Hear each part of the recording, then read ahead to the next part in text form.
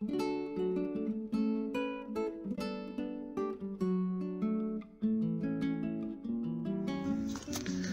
travesía de Deolinda.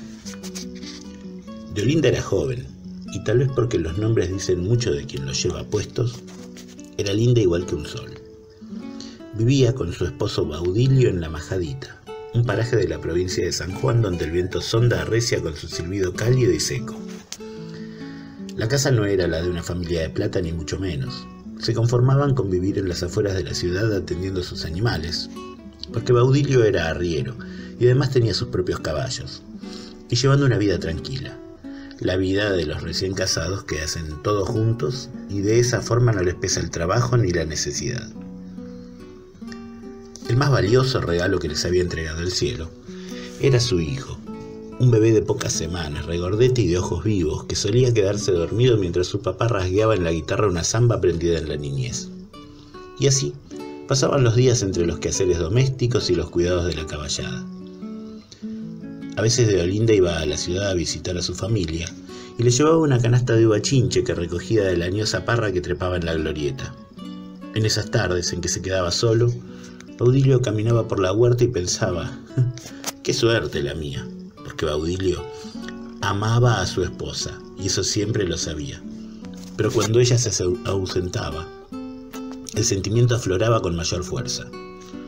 Al cabo de un par de horas de la partida de Deolinda, Baudilio la extrañaba locamente.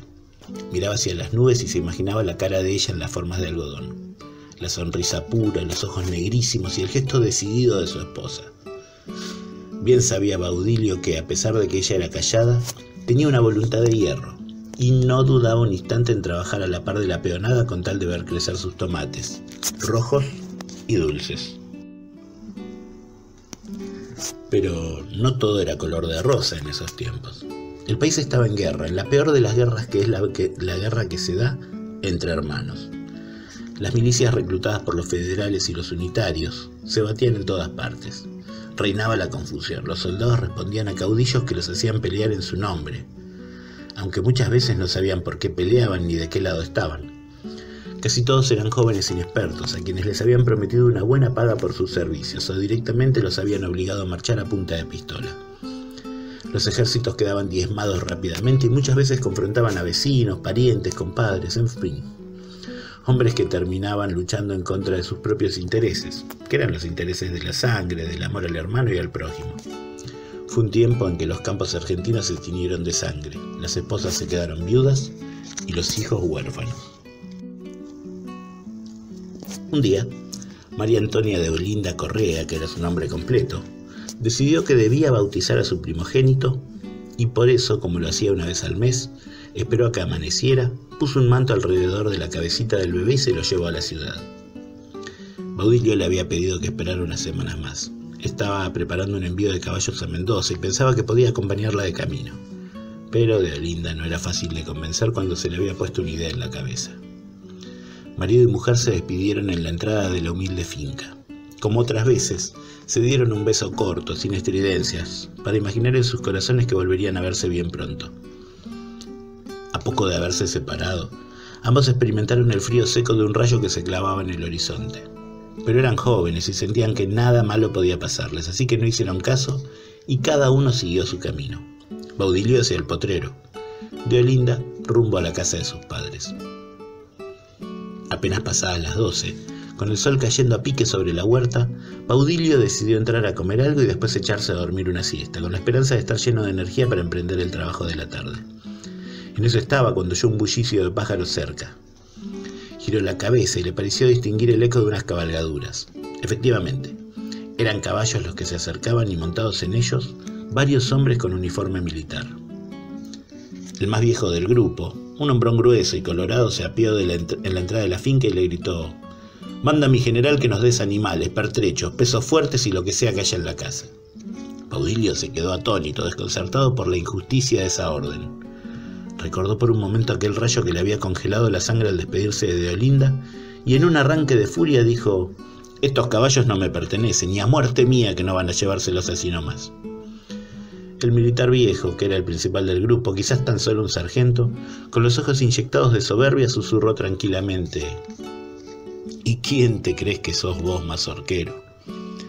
Baudilio hizo el ademán de sacar un facón para defenderse, pero la verdad es que no tenía ni facón ni nada que lo defendiera, porque estaba trabajando. 3 soldados jóvenes lo rodearon y lo prendieron sin ninguna dificultad. Y ahora te venís con nosotros arrestado. Y tus caballos también, dijo el sargento. Y se los llevaron, junto con sus animales, rumbo a La Rioja. La puerta de la casa quedó abierta, como una gran boca que quiere gritar, pero no puede. Deolinda volvía de la capilla con su hijito en brazos, recién bautizado. Estaba contenta, pero no quería retrasar su regreso a la majadita porque ya lo andaba extrañando mucho su Baudilio. Se prometió que a la mañana siguiente, a primera hora, saldría para la finca sin hacer caso a los ruegos de su hermana y de su padre, que le suplicaban que se quedara unos días más con ellos. Esa noche fue fresca, cosa rara en San Juan a fines de la primavera.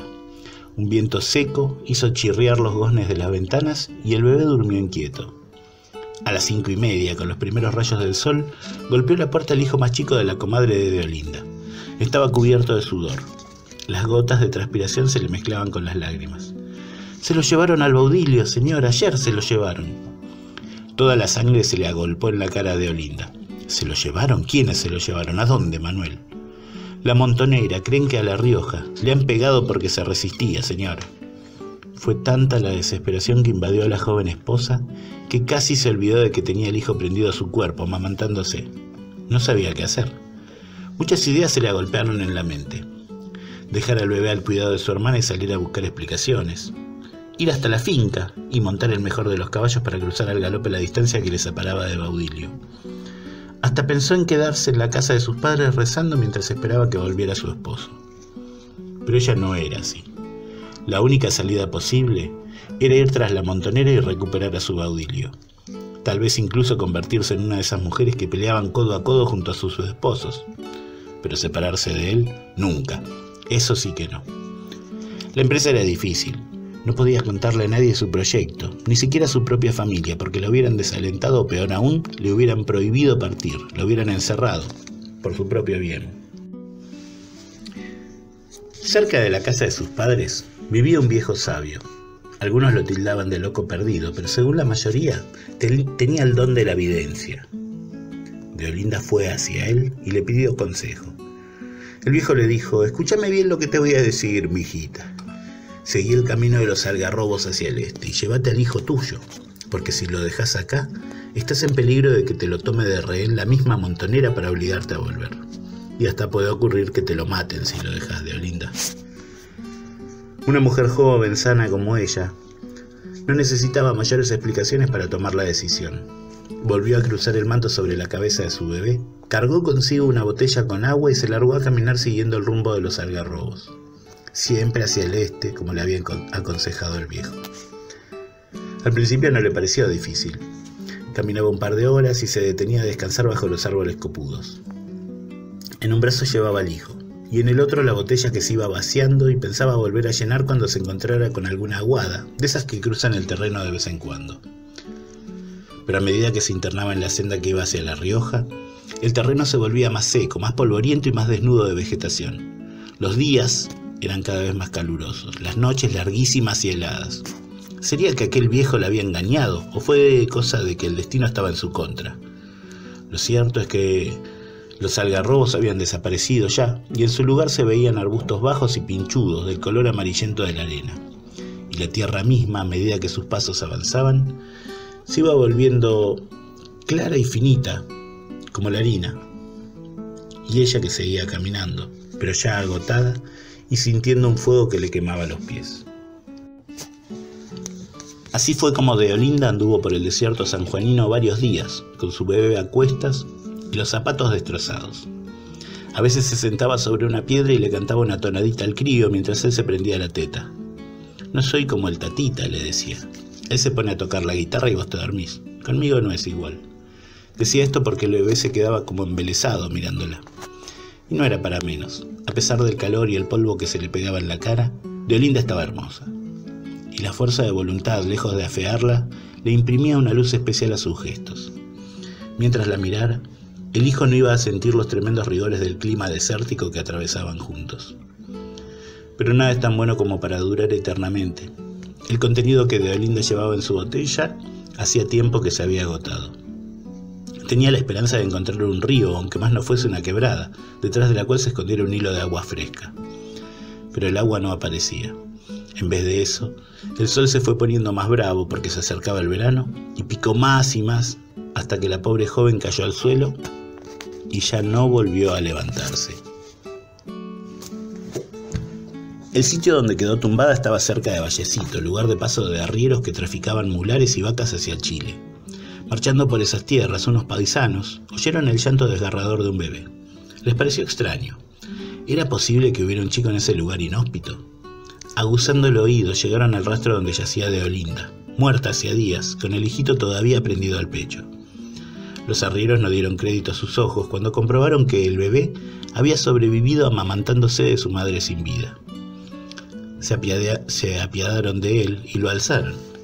Luego cavaron una fosa para enterrar a la mujer.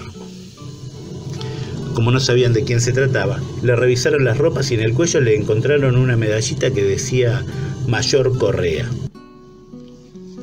Por eso fue que sobre la tumba de la joven pusieron una cruz de algarrobo, hecha como pudieron, en donde tallaron con la punta de un cuchillo el nombre Difunta Correa. Y ahí se quedó Deolinda, en ese desierto que sus fuerzas no habían podido derrotar, pero con el consuelo de haber salvado el fruto más maravilloso de su amor con Baudilio, el hijo tan amado. Y dicen que 20 años después de la muerte de Deolinda, un arriero llamado Ceballos trataba de cruzar por la zona sus 30 animales. Era una noche pesada, de esas que anuncian rayos espeluznantes y piedras de enorme granizo.